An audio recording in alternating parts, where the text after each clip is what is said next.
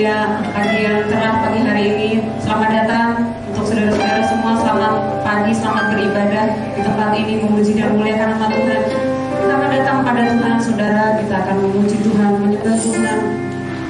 Saya undang saudara untuk berdiri pagi hari ini. Kita akan membawa hati kita kepada Tuhan, datang kepada Tuhan dengan segenap hati. Kita memuji Tuhan, menyanyikan setiap pujian dan penyembahan kita untuk Tuhan. Haleluya. Kita pujikan Bapa datang.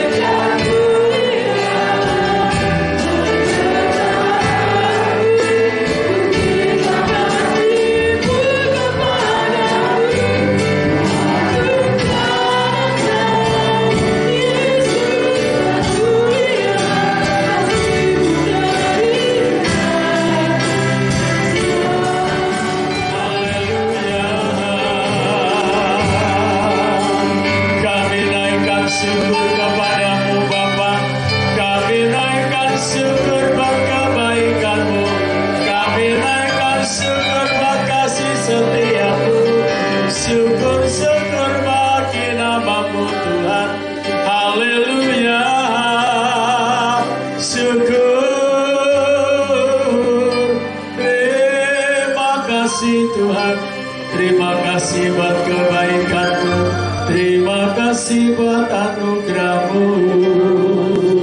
Haleluya.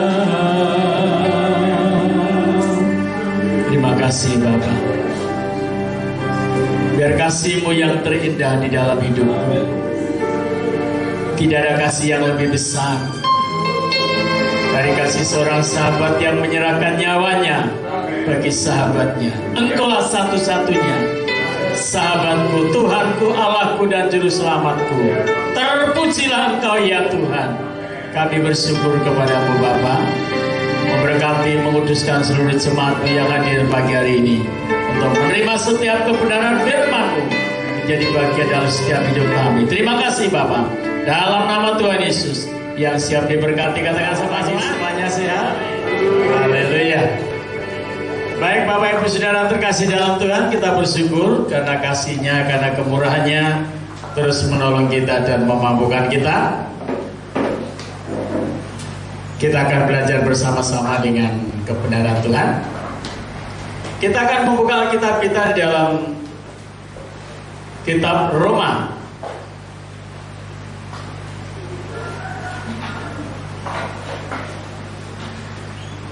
Kitab Roma pasal 11.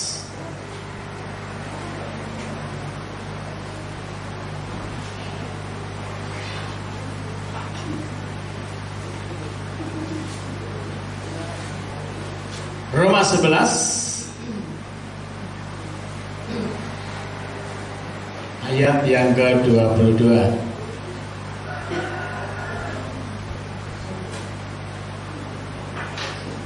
Roma 11 ayat 22. Semua sudah bisa menemukan?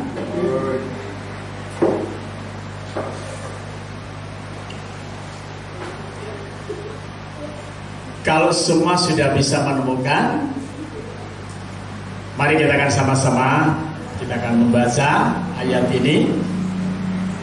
1, 2, 3. Sebab itu perhatikanlah kemurahan Allah dan juga kekerasannya, yaitu kekerasan atas orang-orang yang telah jatuh, tetapi atas kamu kemurahannya, yaitu jikalau kamu tetap dalam kemurahannya, dan jika tidak kamu pun akan dipotong juga. Amin.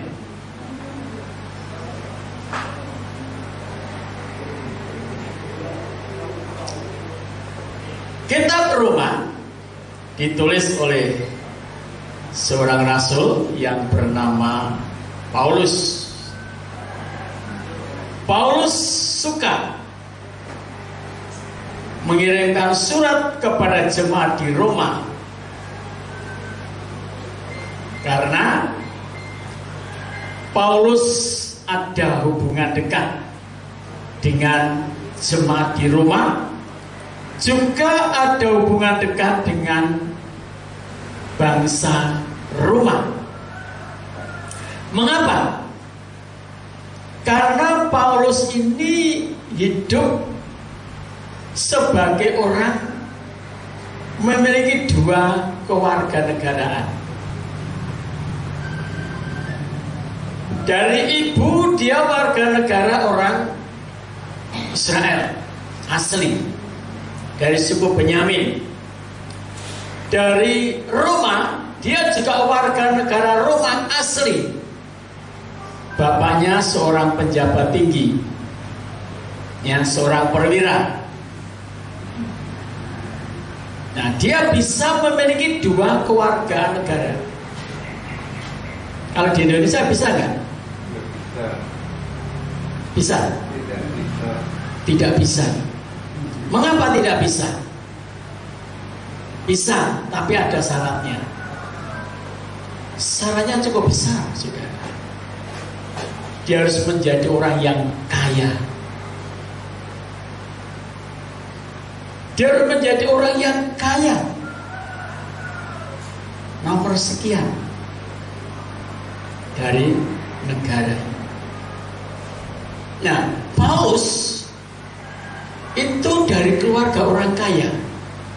Makanya dia bisa punya 2 kewarganegaraan.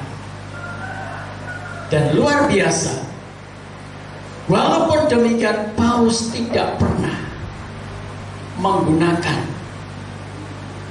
kewenangan itu secara terus-menerus, tidak. Ya. Hanya beberapa kali saja Paulus menggunakan kewenangannya sebagai warga negara Rom, yaitu ketika dia disesah tanpa diadili, dipukuli tanpa diadili, ya, lalu dimasukkan dalam penjara tanpa diadili, disuruh keluar dari penjara juga tanpa ada keputusan yang jelas. Paulus berkata demikian. Begitukah orang Roma memperlakukan warga negaranya? Ketika Paulus menyebutkan bahwa perkataan itu disampaikan kepada pembesar kerajaan Roma, semua orang ketakutan. Ini bukti bahwa Paulus adalah orang dari salah satu keluarga orang yang punya jabatan.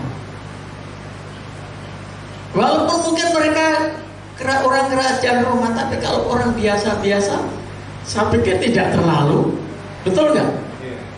Nah, kita kembali kepada firman Tuhan. Paulus tidak menceritakan tentang itu, tetapi Paulus mengemukakan perkataan pesan Tuhan. Pesan Tuhan adalah demikian. Sebab itu, perhatikanlah. Apa saudara? Perhatikanlah. Apa yang harus diperhatikan? Kemurahan Allah. Perhatikanlah kemurahan Allah. Dan juga apa? Kekerasannya. Memang Tuhan itu maha besar, maha kasih, maha penyayang, maha murah. Betul sekali, tidak salah. Tetapi juga jangan lupa, Tuhan juga bisa bertindak keras sebagai seorang bapak.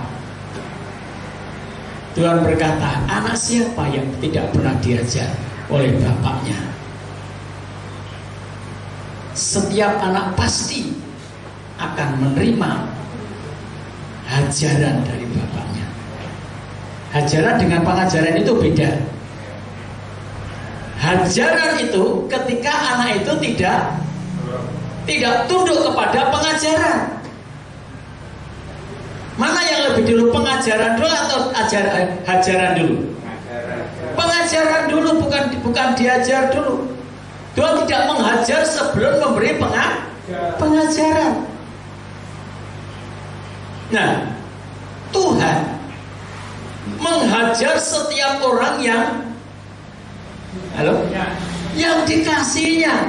Gimana Om Didi ayatnya carikan? Ya. Allah mengajar anak-anak yang dikasihinya.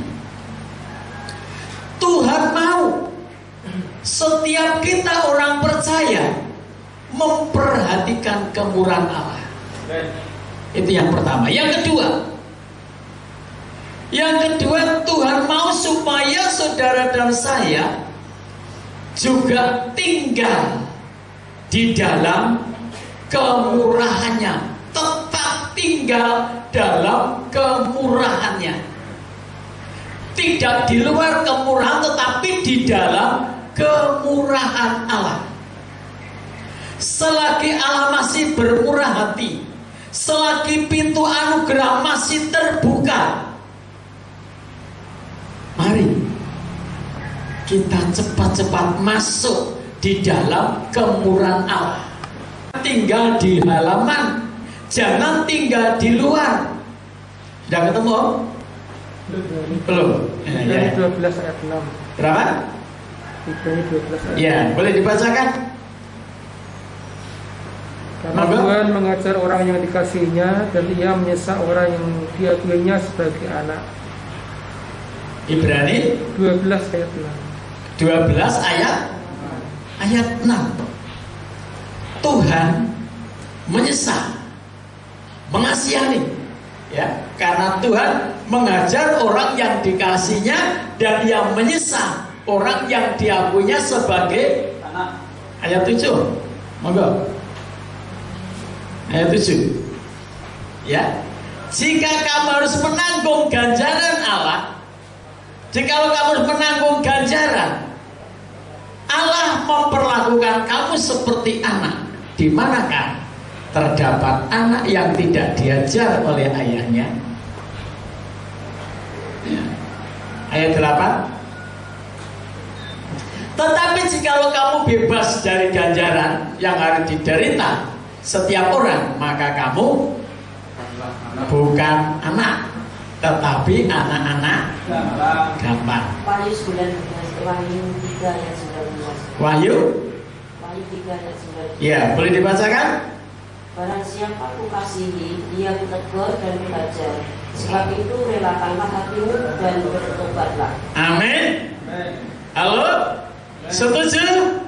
Setuju tidak setuju? Saudara dan saya harus setuju. Betul nggak? Iya. Barang siapa ku kasih, ia ku tegur dan ku hajar. Sebab itu relakanlah hatimu dan bertobat. Bertobat itu adalah satu-satunya cara orang untuk bisa berbalik kepada Tuhan. Di dalam renungan hari apa itu yang dikirimkan ke grup Kristen tanpa pertobatan itu adalah Kristen yang sia-sia, mati sia-sia. Kristen tanpa Roh Kudus ibarat seperti mobil tanpa mesin. Mobil tanpa mesin. Nah, berapapun harganya, kalau mobil tidak ada mesinnya, walaupun mungkin harganya miliaran, nggak bakal bisa buat jalan. Betul nggak? Nah, nanti tak kasih ayatnya. Tapi bukan mobilnya ya. Ya. Yang ketiga, Kristen tanpa Kristus bagikan orang yang hidup tanpa tujuan. Orang membuat sesuatu tanpa patron, membuat rumah tanpa skema, tanpa gambar, membuat pakaian tanpa patron. Itu hidup tanpa Kristus. Hidupnya pasti sesuka hati semau gue. Kalau rambut ya acak-acakan gitu ya. Nah, saudaraku yang terkasih di dalam Tuhan, mari kita mau menjadi orang yang dikasih. Amin.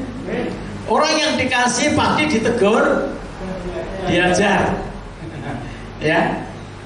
Tentu ditegur dan diajar ketika melakukan kesalahan. Nah, kalau tidak melakukan kesalahan ya tidak mungkin. Pastilah sayangnya, cinta kasihnya semakin bertambah. Amin.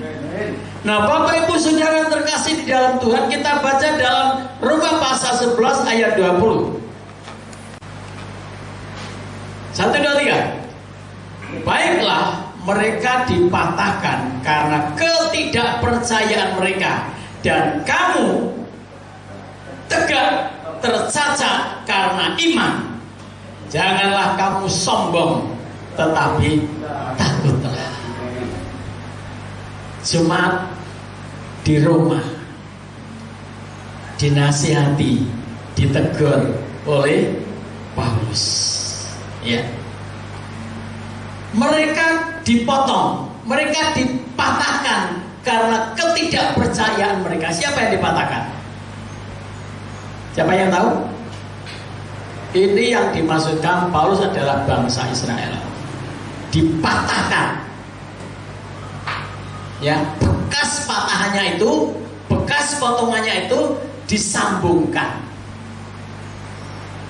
Ya, disambungkan ayat 24. Ya. ayat 24 berkata demikian. Sebab jika kamu telah dipotong sebagai cabang dari pohon zaitun liar dan bertentangan dengan keadaanmu itu, kamu telah dicangkokkan pada pohon zaitun sejati. Siapa yang dicangkokkan pada pohon zaitun sejati? Saudara dan saya. Jemaat di Roma itu diibaratkan pohon zaitun yang liar. Pohon zaitun liar itu pohon zaitun yang tidak berharga, tidak ada harganya. Ya, pohon zaitun yang tidak ada harganya, pohon zaitun yang liar itu tadi dicangkokkan dengan pohon zaitun yang sejati. Ketika pohon zaitun yang sejati itu sudah dicangkokkan, ditempelkan, disentekkan, lalu diikat dengan sekuat mungkin, diikat dan diikat sampai ini tidak tergoyahkan, ya, sampai tidak tergoyahkan. Ketika tidak goyah, maka ada yang namanya getah. Tahu getah? Ya, ada yang namanya getah itu saling berkaitan.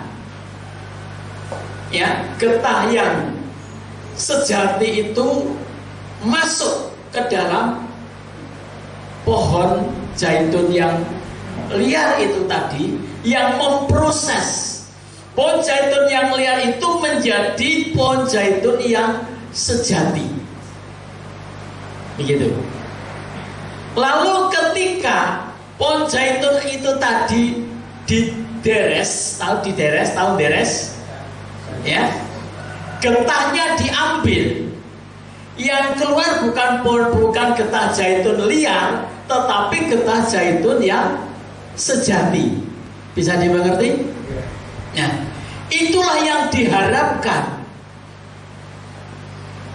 Itu yang diharapkan Tuhan. Setiap kita orang percaya itu menghasilkan getah zaitun yang sejati.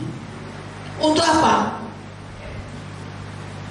Nah, getah zaitun itu ketika diproses menjadi minyak zaitun. Untuk apa? Banyak sekali kegunaannya. Kalau zaman dulu, minyak zaitun itu yang paling terutama adalah dipakai untuk rempah-rempah, untuk mempersembahkan kurban. Kurban urapan. Untuk minyak urapan. Untuk siapa? Untuk para imam-imam yang melayani dalam bait Allah. Dan juga untuk persembahan kurban ukupan. Juga untuk pelita di dalam bait Allah. Itu kegunaannya. Dan sesungguhnya itu adalah gambaran daripada kehidupan orang percaya, kehidupan orang beriman, yang kehidupannya sungguh bermakna dan berarti. Setiap ucapan, setiap hembusan nafas kehidupan orang percaya itu begitu berharga di hadapan Tuhan. Bisa dimengerti? Begitu berharga di mata Tuhan. Penyembahannya, pujiannya begitu berharga di mata Tuhan. Boleh dibaca di dalam Wahyu pasal 8 ayat 5 tentang pujian dan penyembahan orang ketiga. Lalu malaikat itu mengambil pedupan itu, mengisinya dengan api dari mezbah dan meleparnya ke dalam api. Maka meledaklah bunyi guruk disertai halalita dan gempa bumi. Pasal 5 ayat 8. Pasal 5 ayat 8. Iya.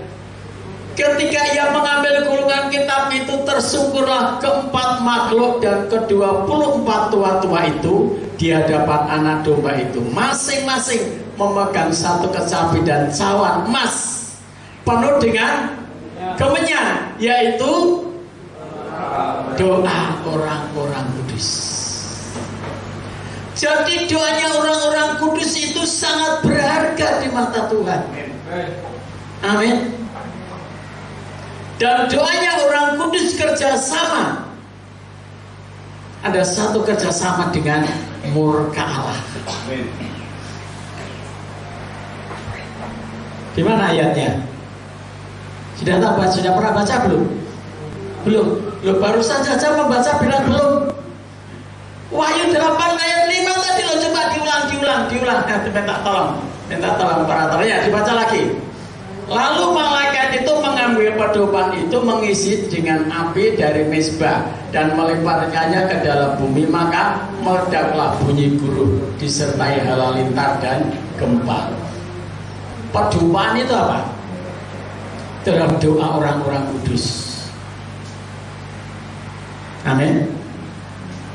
Jadi kalau orang-orang kudus sudah mulai jenuh untuk berdoa, mulai bosan untuk berdoa, mulai lemah doanya,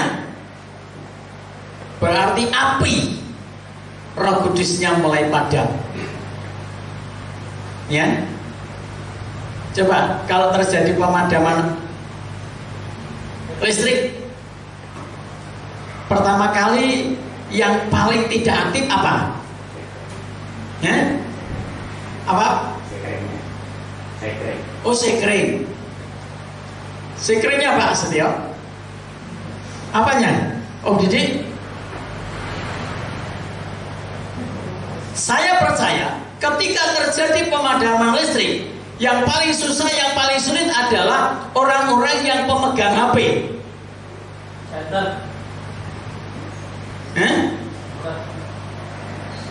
Kenapa? Karena internetnya tidak jalan. Loh, betul nggak?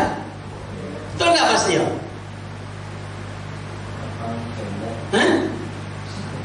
Pasti tidak ada konek. Ketika terjadi pemadaman secara massal tentunya. Kalau yang padam rumah saudara ya enggak lah. Ya kan? Nah, artinya apa? Artinya terjadi ketika iman kita lemah, ketika doa-doa kita itu mulai menurun, api Roh Kudus mulai dipadamkan, maka kita tidak ada kontak dengan Bapa kita di surga. Saudara boleh percaya, boleh tidak. Monggo, itu sah-sah saja. Tetapi saya mau beritahukan, Roh Kudus adalah satu-satunya pemegang peranan dalam setiap kehidupan orang percaya.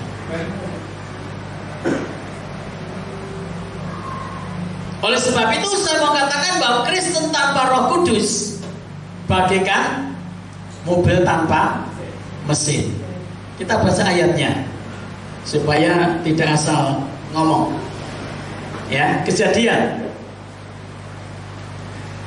Nah, saudara, Kejadian pasal 2 kalau saya tidak salah ingat. Ya, saya minta tolong ketika Allah menjadikan manusia lalu menghembuskan nafas. Kejadian berapa itu? Ya.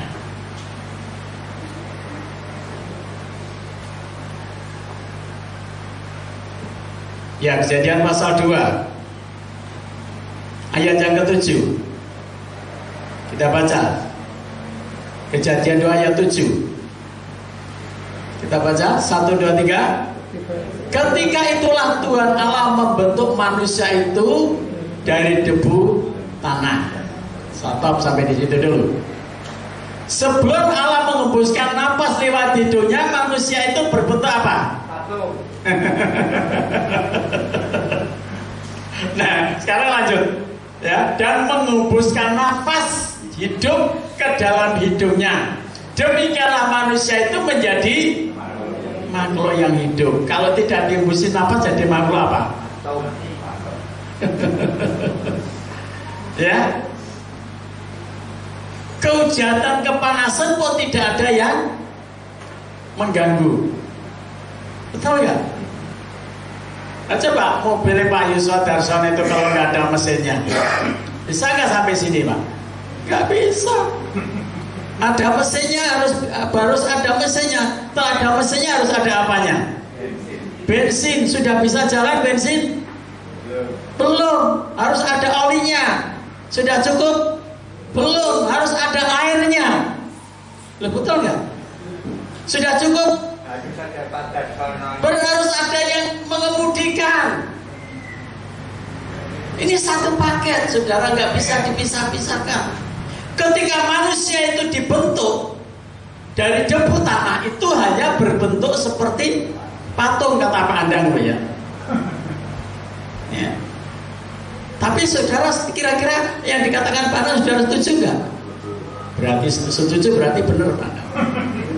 Ya. Jadi ibarat mobil itu mobil yang tanpa mesin, hanya kerangka belakang. Kehidupan Kristen tanpa Roh Kudus ya seperti kerangka belakang. Seperti dikatakan Pak Andang, ya, seperti patung. Lah oleh sebab itu Bapak Ibu Saudara yang terkasih dalam Tuhan, marilah kita menjadi Kristen yang hidup. Sing kami loro tok ora apa-apa wis.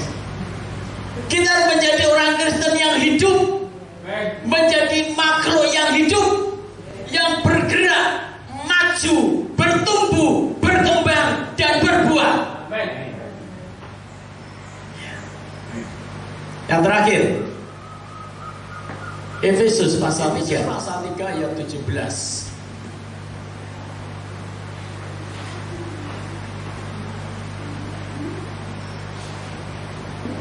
Kita baca 1, 2, 3. Sehingga oleh imanmu Kristus diam di dalam hatimu, dan kamu berakar serta berdasar di dalam kasih.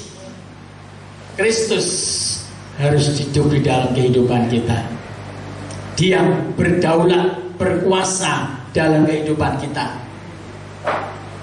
dan kita berakar serta berdasar di dalam kasih. Jadi pohon zaitun yang dicangkokkan itu tadi harus diikat. Diikat dengan apa? Dengan kasih Kristus. Getahnya mengalir. Getahnya siapa? Getahnya Yesus. Darah Yesus mengalir dalam kehidupan kita, membentuk, membangun karakter kehidupan kita. Amin. Tuhan Yesus memberkati. Izinkan setiap kita menjadi orang yang memperhatikan kemurahan Allah, juga memperhatikan kekerasannya, kasihnya, anugerahnya, pertolongannya, rahmatnya bagi kita semua orang percaya. Mari kita sama-sama berdiri di dalam hadirat Tuhan. Pagi hari ini Bapak Ibu Saudara, setiap kita harus menjadi orang yang memperhatikan kemurahan Allah, hidup di dalam kemurahan Allah. Kristus ada dalam kehidupan kita, dan kita berakar serta berdasar di dalam kasih. Kemurahan Tuhan berada sampai hari ini. Oleh karena kemurahan Tuhan, oleh karena kebaikan Tuhan, janjimu terjadi. Katakan sekali lagi, oleh karena kemurahan Tuhan.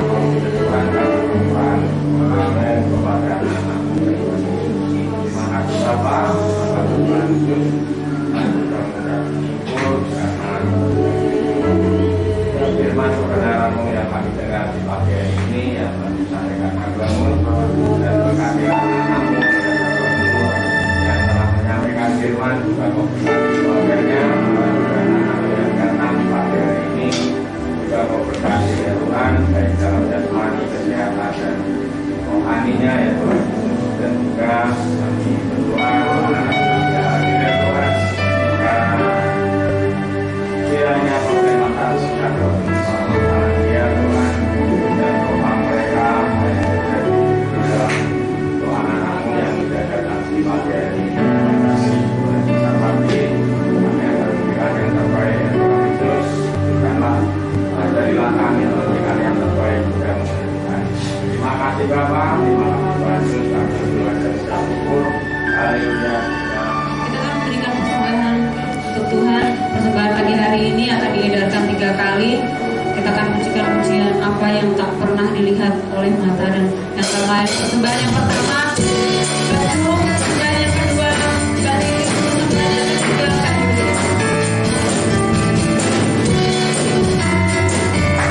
Yang pertama batu, yang kedua balik, yang ketiga kayu.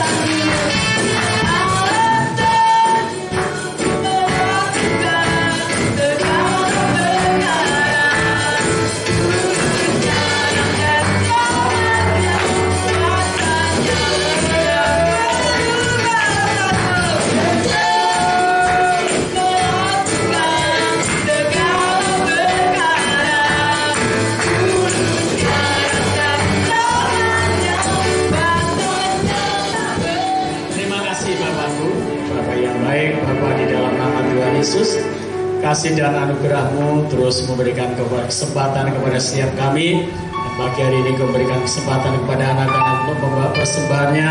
Tuhan, Kau berkenan untuk menerima persembahan ini Bapa, menguduskan dan memberkati. Jadi persembahan yang hidup, yang kudus dan berkenan kepada Allah. Memberkati tinggal limpahnya di segala pekerjaannya, usahanya. Apapun yang mereka pegang tangan-tangannya, Kau memberkati. Demikian juga anak-anak yang telah mengembalikan perumpamaan melebut yang Kau memberkati. Kau melipat gandakan dan Kau melimpahkan, Kau membukakan tingkat-tingkat langit-Mu untuk mencurahkan berkat-Mu.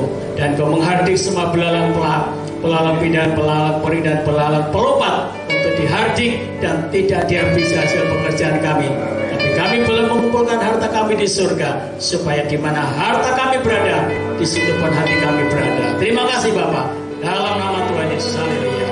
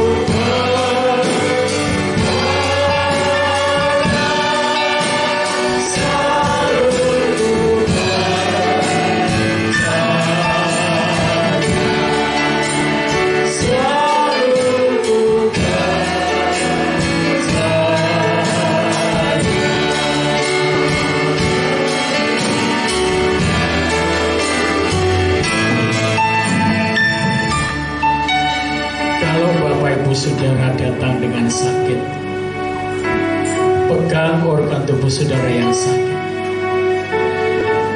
Kalau saudara Bapak Ibu punya masalah rumah tangga, taruh di atas dada dengan kerendahan hati saudara.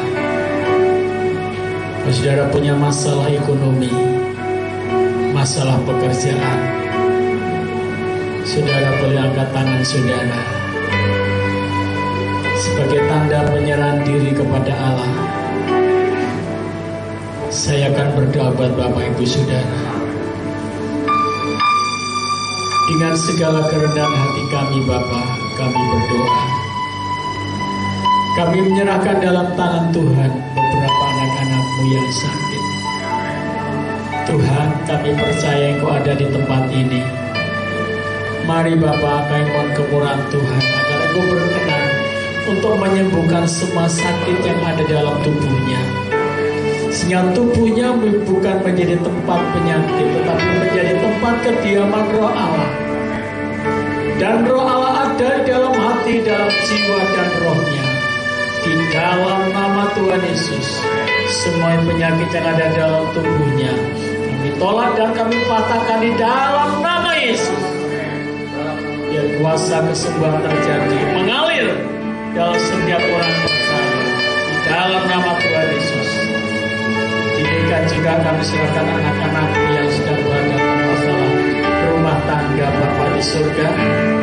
Berikan kekuatan, berikan kemampuan, berikan ketukan, berikan hikmat-Mu Tuhan, maka dapat menyelesaikan setiap masalah yang dihadapi dalam rumah tangganya. Bukan dengan kekuatan daging, bukan dengan kekuatan emosi, tetapi dengan kekuatan Allah, dengan kasih Allah, dengan pertolongan Allah. Roh Kudus mengaruniakan hikmat, makrifat, akal budi untuk menyelesaikan setiap masalah. Demikian juga anak-anak yang menghadapi masalah ekonomi, Tuhan kami serahkan di dalam tangan Tuhan. Bapa, Engkau melihat anak-anak yang telah mengangkat tangannya, membuka jalan, memberikan untuk bisa menjalani hidup apa yang akan mereka lakukan. Berikan hikmat-Mu Tuhan, buka jalan Tuhan, berikan jalan keluar sesuai dengan janji firman. Apa yang telah dibuka oleh Tuhan tidak akan dapat ditutup oleh siapapun. Oleh sebab itu kami berdoa dalam nama Tuhan Yesus, terbukalah jalan baru untuk bekerja, untuk berusaha, untuk berwirausaha, untuk berkarya, untuk mengembangkan dalam usahanya. Dalam nama Tuhan Yesus, semua yang merintangi, yang menutup, kami tolak dan kami patahkan dalam nama Yesus. Apa telah dibuka oleh Tuhan tidak dapat ditutup oleh manusia. Terima kasih Bapa, kami bersyukur kepada-Mu. Berkati seluruh jemaat yang hadir pagi hari ini. Memberkati pekerjaannya, usahanya, rumah tangga, hidup, nikah, buah nikahnya. Memberkati anak-anak-Mu. Terima kasih Bapa, kami berdoa buat beberapa anak-Mu yang tidak hadir hari ini. Tuhan tolong, Tuhan lawati mereka, jamah mereka, berikan kesempatan mereka untuk mereka lagi kesempatan boleh bersama-sama kami untuk memuliakan Tuhan. Terima kasih Bapak, kami berdoa buat anak-anak di luar pulau, di luar kota, baik yang ada di Semarang, baik yang ada di Salatiga, baik yang ada Tuhan di Jakarta, yang ada di Tuhan di Cirebon, baik yang ada di Batam, di Kalimantan, di Idan. Memberkati mereka dengan kasih dan anugerah-Mu. Yang ada di luar negeri, memberkati mereka seperti Tuhan memberkati kami. Terima kasih Bapak, memberkati menyelamatkan tetangga-tetangga kami, sanak saudara kami, memberkati bangsa negara kami Indonesia, memberkati pemerintahan kami, dari pemerintahan desa, pemerintahan kecamatan, kabupaten, tingkat pusat, tingkat provinsi, memberkati mereka agar Indonesia ini lebih maju daripada negara-negara lainnya. Dan nama-Mu dimuliakan karena nama-Mu ada di Indonesia ini. Terima kasih Bapak, kami bersyukur kepada-Mu Bapak. Bapak Ibu Saudara kasih dalam Tuhan, mari kita angkat tangan kita bersama-sama. Adapun pertolongan kita datang dari Tuhan yang menjadikan langit dan bumi serta isinya. Allah menghadapkan wajahnya, kasih sayangnya, anugerah pertolongannya, rahmatnya kepada Bapak Ibu Saudara. Allah menyertai Bapak Ibu Saudara Malaysia sampai Maranatha. Yesus datang pada kalian berdua. Pulanglah beserta dengan Tuhan Yesus. Mulai sekarang sampai Dia datang untuk menjemput kita bersama-sama dengan Tuhan, menyongsong di angkasa bersama-sama. Haleluya. Amin. Silakan duduk Bapak Ibu sekalian.